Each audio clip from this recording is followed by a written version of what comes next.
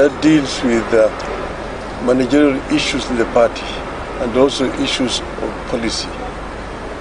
We have a comprehensive meeting today, and we have a statement which is going to be read to you by the Secretary General, Honorable Edwin Sifuna. Thank you, Your Excellency. We proceed straight to the statement of the Central Committee meeting of 2nd July 2024, and it is titled, "This is Kenya's Last Best Chance." The Central Committee of the party has this morning held a meeting to deliberate on the ongoing crisis in Kenya. This meeting is happening at a most difficult time for our country, given all that has happened in the last few weeks. We are acutely aware that many families are still in mourning, having lost their loved ones, with civil society groups estimating that over 30 young Kenyans fell to the regime bullets in the course of the street protests. Many of these families are yet to bury these victims.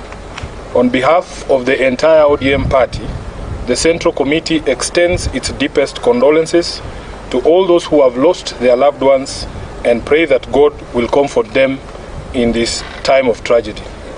We also know that many were injured and some are still in hospital. We wish all of them quick recovery.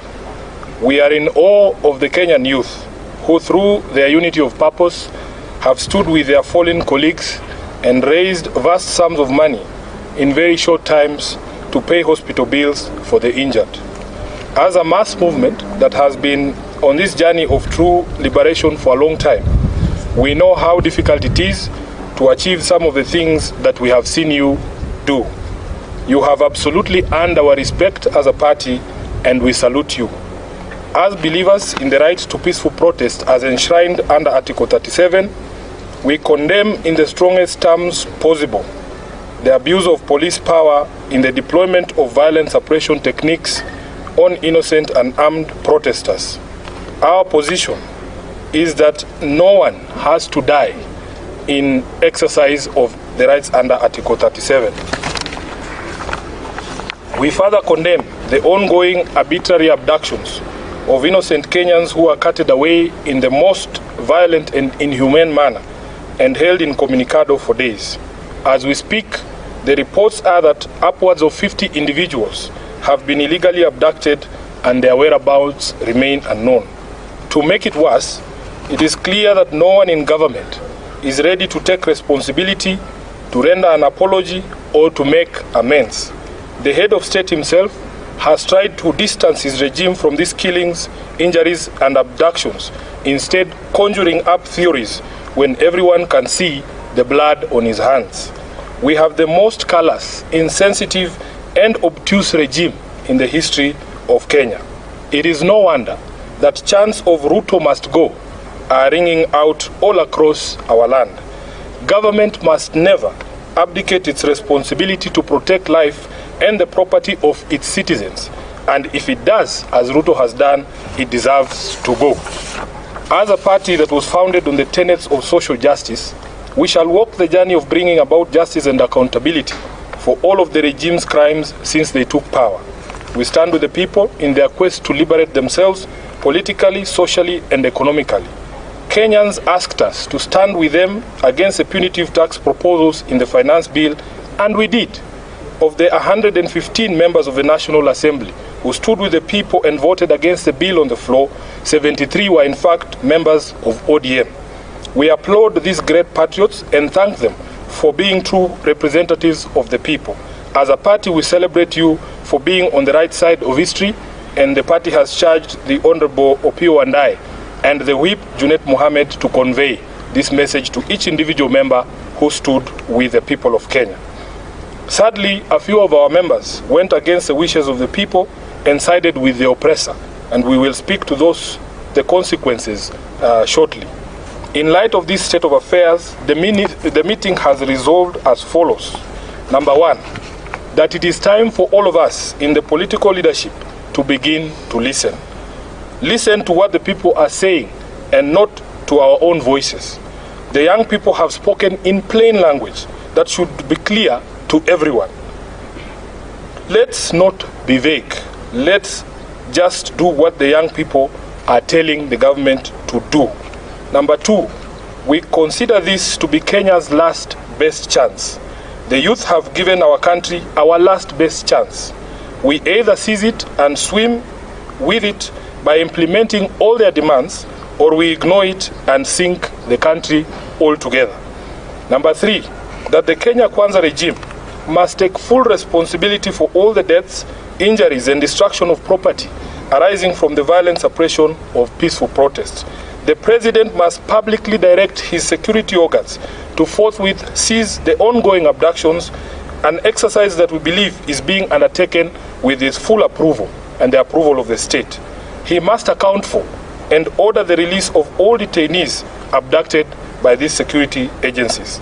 Number four, that the Independent Police Oversight Authority must expedite investigations into all these incidents, including allegations of mass murder by police in Githurai and in Rongai.